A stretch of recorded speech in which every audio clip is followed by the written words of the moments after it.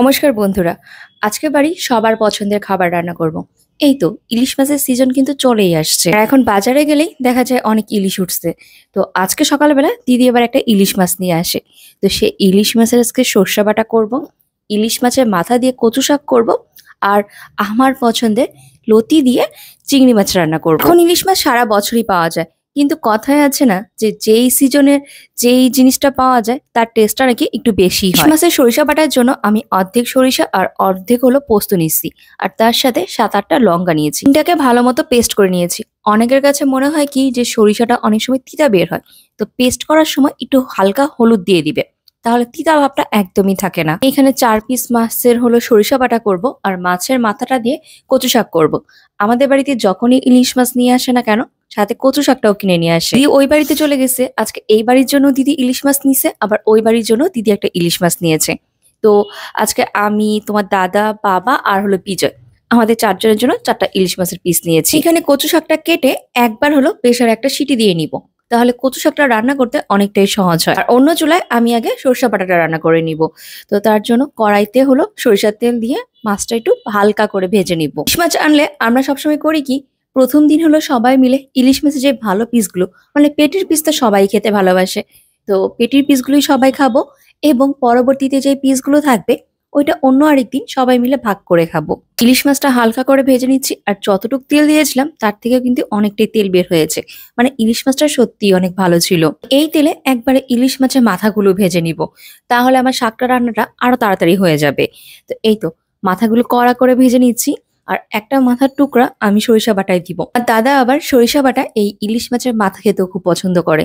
তো এই তো আমার কিন্তু সবগুলো মাছই ভাজা হয়ে গেছে, আর দেখতেই পাচ্ছ মাছের পেটে হালকা করে একটু ডিমও আছে। এই তেলে হলো ইলিশ মাছটা ভাজলাম, ওই তেলেই আমি কালো জিরা আর হলো কাঁচা লঙ্কা ফোড়ন দিয়ে দিয়েছি।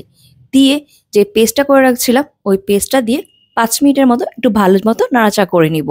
তার মধ্যে হালকা হলুদ আর স্বাদ মতো লবণ দিয়ে নিব। তো যতক্ষণ পর্যন্ত এই মশলাটা একদম কষানো না হয়ে যাবে ততক্ষণ পর্যন্ত এটা নাড়াচাড়া করতে থাকবো। আর মশলাটা কষানো হলেই আমি এটাতে জল দিয়ে দিব। জল দিয়ে 5 মিনিট ফুটে যাওয়ার পরেই আমি এক এক করে প্রত্যেকটা ইলিশ মাছ দিয়ে দিব। কালারটা এখনই দেখতে কি সুন্দর আসে, তাই না? আসলে কি হয়, ইলিশ মাছের যত কিছুই খাই না কেন, মাছের সরিষা বাটা আর ইলিশ মাছ আলু বেগুন দিয়ে খেতেই বেশি ভালো লাগে। সবগুলো মাছ দিয়ে দিয়েছি, আর ঝোলটা একটু ফুটে গেলে এখানে আমি একটু চিনি ব্যবহার করব। ইলিশ মাছের সর্ষে বাটাটা হালকা একটু মিষ্টি মিষ্টি হলে খেতে আরো বেশি ভালো লাগে। এই পাচ্ছ আমার কিন্তু ইলিশ মাছের সরিষা বাটা একদম হয়ে গেছে। ফার্স্টে ভাবছিলাম যে ঝোল তো অনেক বেশি হয়ে গিয়েছে, এত ঝোল আমরা 4 জনে মিলে খাবো কি করে। পরবর্তীতে ঝোলটা এতই খেতে ভালো হয়েছিল, তোমার দাদাই অর্ধেক খেয়ে নিয়েছে। আর এইদিকে নামানোর আগে আমি একটু কাঁচা সরিষার তেল দিয়ে তারপর নামিয়েছি। জানো, আজকে ইলিশ মাছের সরিষা বাটাটা আমি অনেক ভয় ভয় রান্না করছিলাম, আর আজকে বাড়িতে দিদি নেই।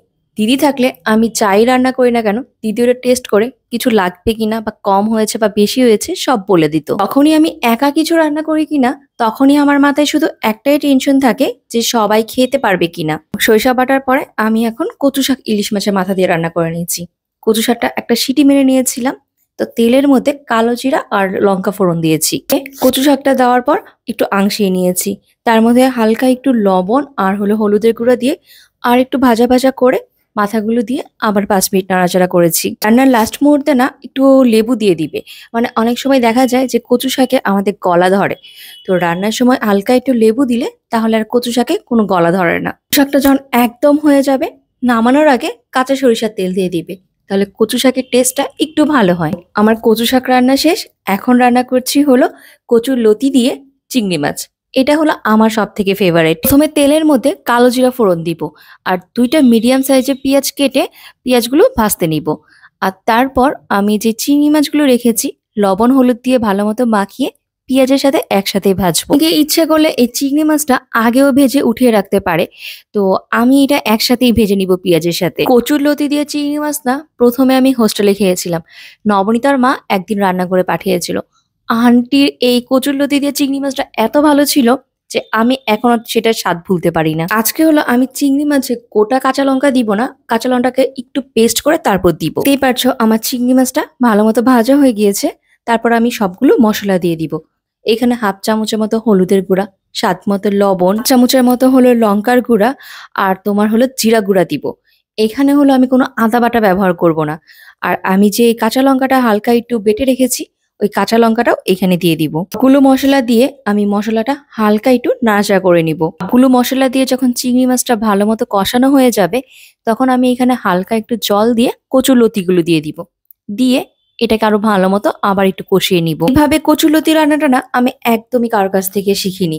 আমার শ্বশুর বাড়িতে কচুরলতি আবার খুব সিম্পল ভাবে রান্না করে, শুধু লঙ্কার গুঁড়া আর হলুদের গুঁড়া দিয়ে কচুরলতি রান্না করা হয়। আজকে আমার একটু মনে হলো কি যে আমি এটা একটু ভিন্নভাবে রান্না করে দেখি যে এটার টেস্টটা কেমন আসে। বিশ্বাস করো, আমার শ্বশুর বাড়িতে যে কালো জিরা ফোড়ন দিয়ে লঙ্কার গুঁড়া আর হলুদের গুঁড়া দিয়ে কচুরলতি রান্না করে আর শেষে তোমার হলো রসুন বাটা দেয়, এইভাবে কচুরলতি রান্নাটাও আমার কাছে খুব ভালো লাগে। তো এই দেখো আমার কিন্তু কচুরলতি একদম ভালো মতো কষানো হয়ে গেছে। আমি এটা হলো হালকা ঢেকে ঢেকে রান্না করেছি যেন কচুরলতি গুলো ভালো মতো সিদ্ধ হয়ে যায়। আমি কচুরলতিটা একদম ভাজা ভাজা রান্না করব না, হালকা একটু ঝোল ঝোল থাকবে এরকম ভাবে রান্না করব। তাই আমি এখানে আরেকটু জল দিয়ে ঢেকে রেখেছিলাম। এদিকে দেখো আমার কিন্তু একদম রান্নার শেষ পর্যায়ে। তো আমি লাস্টে হাফ চামচের মতো রসুন বাটা দিয়ে দিয়েছি। দিয়ে ৫ মিনিট নাড়াচাড়া করে এখন এটা নামিয়ে নিব। এই আছে কচুরলতি রান্নার শুরুর দিকে রসুন বাটাটা ব্যবহার করে, কিন্তু দেখবে লাস্টে রসুন বাটা দিলে এই কচুরলতির টেস্টটা একটু অন্যরকম হয় আর খেতে অনেক বেশি ভালো হয়। ঠিকই লোভনীয় লাগছে তাই না? সত্যি কথা বলতে আজকে কচুরলতি খেতেও খুব ভালো হয়েছিল। মোটামুটি সবারই খাওয়া হয়ে গেছে, তো আমি এখন আমার প্লেটটা সাজিয়ে নিচ্ছি। আমি আজকে ভেবেছিলাম যে সরিষা বাটা অনেকখানি ঝোল থেকে যাবে, বাট বিশ্বাস করো তোমাদের এত ভালো লেগেছে আজকে সরিষা বাটাটা যে ওই অর্ধেকের বেশি ঝোল খেয়ে নিয়েছে। আজকে বাঙালি ভুরিভোজ একদম রেডি। দুপুরবেলা যদি এরকম কোনো মেনু থাকে কার না ভালো লাগে বলো তো? দেখেই শান্তি লাগে। প্রথমে কচু শাক দিয়ে খেয়ে নিচ্ছি, কিন্তু কচু শাকের টেস্টটা না একটু অন্যরকম লাগছিল, মানে প্রতিবার টেস্টটা আরো ভালো আসে। তখন দিদি বলল মাছের মাথাটা যেই তেলে ভেজেছিস ওই তেলেই কচু শাকটা রান্না করতি, তাহলে খেতে বেশি ভালো হতো। আর আজকের মাছটা একদম মাখন ছিল, যেমন সফট ছিল খেতে তেমন সুস্বাদু ছিল। বন্ধুরা আমি খাবারটাও শেষ করি আর ব্লগটাও এখানে শেষ করি। ভালো লাগলে একটা লাইক, কমেন্ট আর শেয়ার করে দিও।